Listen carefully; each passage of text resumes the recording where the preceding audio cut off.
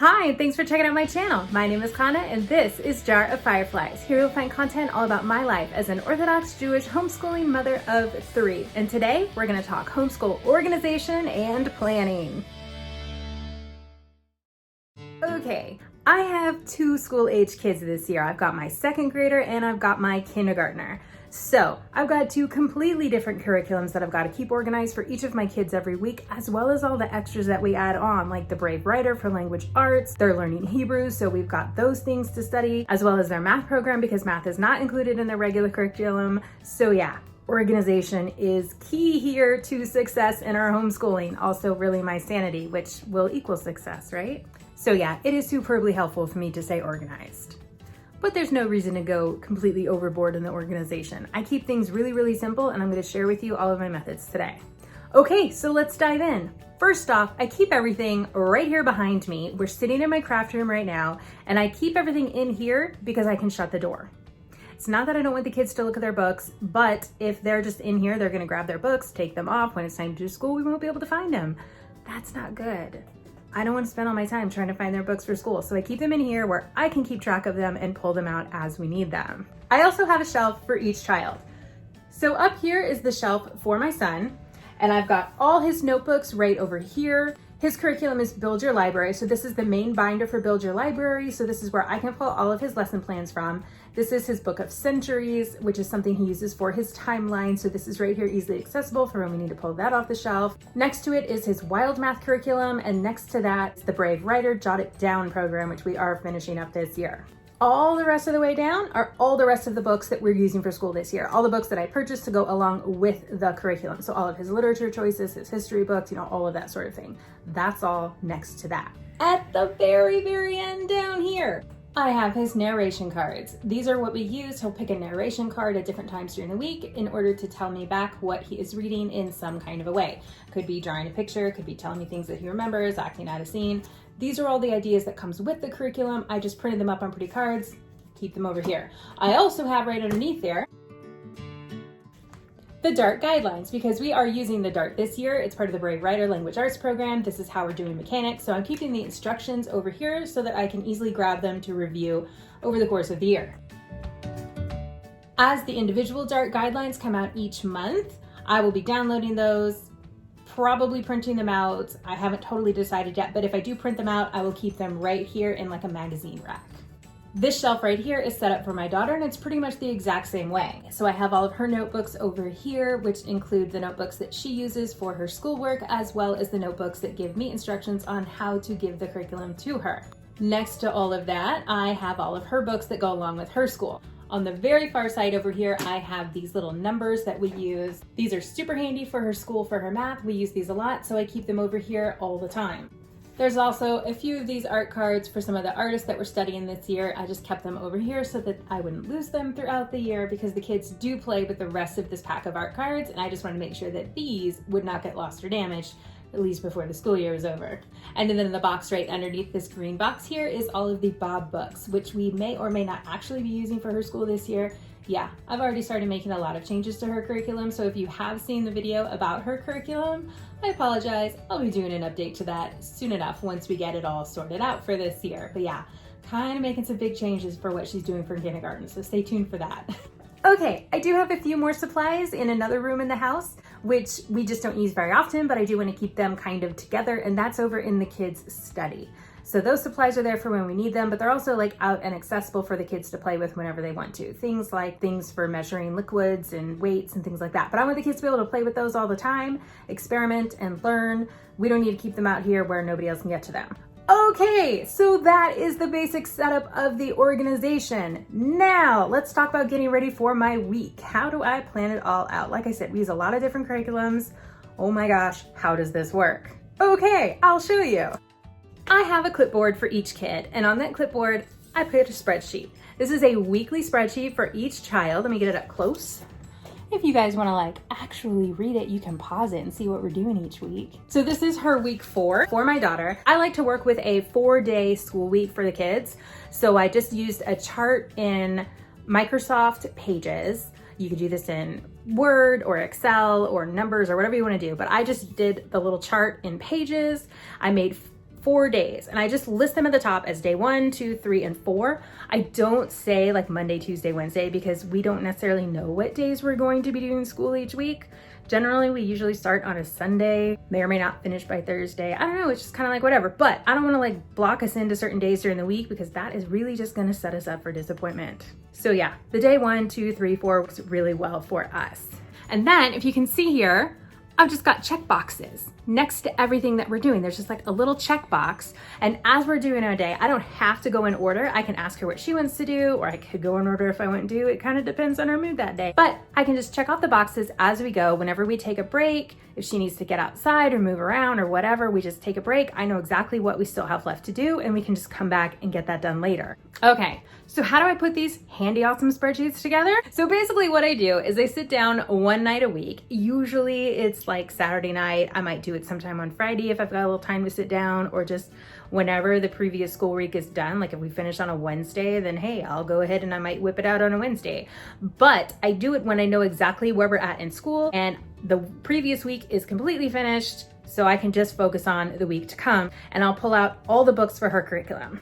So I'll start with the parent guide and the guide for how to put together our weeks that comes from her curriculum, and I'll start piecing in everything that I know we need to do. I know that we need to do, 3 days of her literature choices. I know that we need to do 2 days of her science. And so I'll just start plugging those things in based on the sample schedule that comes from her curriculum. Then I'll add in her math that we're working on. Currently we're doing math seeds for her, so I just plug in math seeds every day. I'm not necessarily a huge fan of doing math every day or any particular subject every day, but my daughter absolutely loves this math program, so I go ahead and put it in every day. And if she doesn't want to do it one day, I check it off anyways, and yeah, that's okay too. I check it off because I'm like a check the box person, not because I'm trying to say we did it when we didn't. Because at the end of the week, let me tell you, I throw these sheets away. I do not save them. If you need to keep records for your homeschool, this is a great way to do it, but we don't have to do that in Texas, so I don't. I toss these when I'm done. Okay, moving on. So then I'll add in anything for Hebrew or Judaics that we're working on. Then I pull out her geography and I'll list everything that we need to do for geography that week as well. Then I'm done. Everything is on its checklist and I'm good to go. It's exactly the same way for my son. His sheet, as you can see, is set up exactly the same way. I've got some handwritten things on the bottom of that because I've already made some changes. He actually hasn't started his school yet. This is his week 1. He's gonna be starting next week. Oh my gosh, next week, that's exciting. Anyways, yeah. So as you can see, the format is totally the same and I set it up in the same way as well. His curriculum is Build Your Library. So I pulled out the Build Your Library book, opened it up to the week 1, started going through and just writing down everything for week 1. Build Your Library goes ahead and lists it out day by day for 5 days. And so I just started writing everything down, but I like to squeeze it into a 4-day week. So I kind of shuffle a few things out on the Tuesday, Wednesday, and Thursday of each week and kind of cram that into our day 2 and day 3. That maybe sounds confusing. I don't know. It's really not confusing. Okay, moving on. So that's actually most of the stuff for him is the Build Your Library curriculum. And then I just add on our Brave Writer lifestyle things, which are the same for both kids. Even though they're not at the same week in their school curriculums, I try to do school on the same days with each kid so that one child's day 1 is the other child's day 1 and moving on the rest of the week that way. So yeah, anyhow, then I add in his math and I add in his Judaics and I add in his Hebrew and I add in his language arts. So anyways, it's all in there.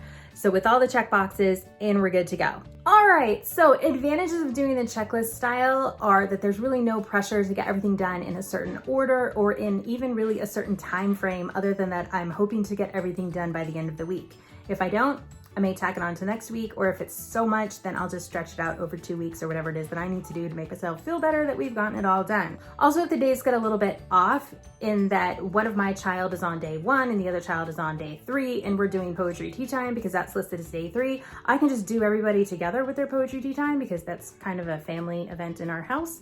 And then I can just mark off on both kids for the week that they have done their poetry tea time. The important thing is just that we do it. Doesn't mean that we have to do it on that day. So the other advantage to the checklist style is if we get ahead a little bit, like say my son is really into a literature selection and he wants to keep reading, he doesn't want to stop when our assignment for day 1 is done, he wants to keep going to see what happens next. We can totally just keep going and I'll just mark off the box for the next day and we're good to go. After I have gotten all of the checklists done, I put everything in this handy little cart. Let me show you. Ta-da! This is the cart. Okay, you've probably seen these at IKEA. I will link to it below. Yes, they're the cart that you see all the homeschoolers using for a variety of things. This is how I use them. Okay, so I've got their clipboards. I've written down everything already that we need to do that week. Then I look at my list and I pull all the books that I know that we're going to need for this week, put them in there, put the clipboard on top, boom, done. First kid, second kid, done.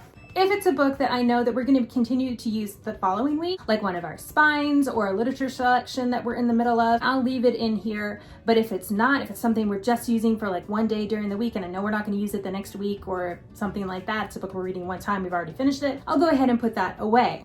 So that is my organization for the week. Okay, one thing that I did forget to mention when I put together the clipboards is if there's any papers that need to be used for the week. For example, copy work for my son, I'll go ahead and print that out and I'll go ahead and pull any map work that he needs as part of the curriculum or any worksheets, anything like that that he needs with his curriculum. I'll go ahead and pull that out and put that on the clipboard too so that again, everything is there and very easily accessible. Okay, that's really it.